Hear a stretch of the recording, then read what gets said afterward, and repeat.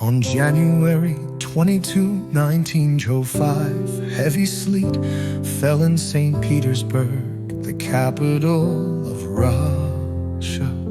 The people's livelihoods were on the verge of ruin due to the economic crisis and the increase in taxes caused by the Russo-Japanese War.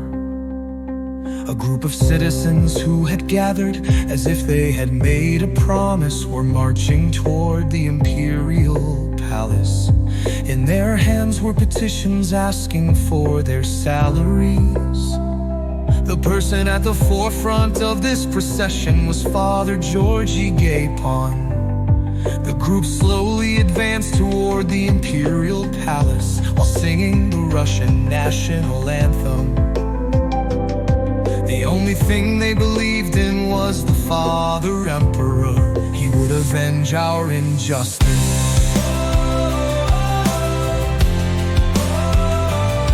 The Emperor, who received the message, did not sympathize with the people, but instead ordered a harsh crackdown and fled.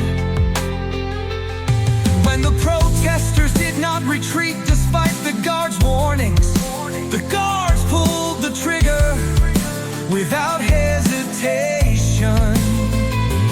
When the startled protesters scattered in all directions at the sound of gunfire, the cavalry attacked the protesters.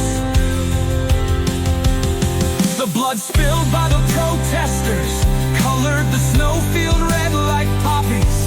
On this day, about 2,000 people were sacrificed in indiscriminate massacre. The fatherly emperor treats us like livestock. We don't even kill livestock like this.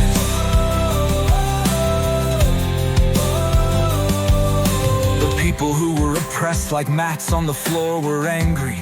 The protests spread throughout Russia.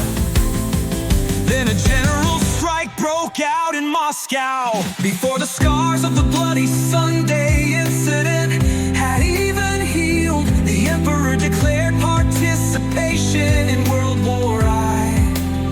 Our young people, inspired by patriotism, headed to the battlefield. But Russia suffered defeat after defeat. The defeat in the Russo-Japanese War and the subsequent defeat in World War I rapidly lowered the morale of the soldiers. What made them suffer the most was the lack of military supplies and hunger. A note from a revolutionary, let alone weapons. The soldiers' boots were not even decent. The rear was no better. Prices soared through the roof in February 1917. When World War I was in full swing, the Russian people finally exploded. This time the emperor, who had ordered a harsh crackdown, gave in to the people's sentiment and announced his abdication on March 2. The February Revolution led to the October Revolution, which gave birth to the communist state, the worst choice for man.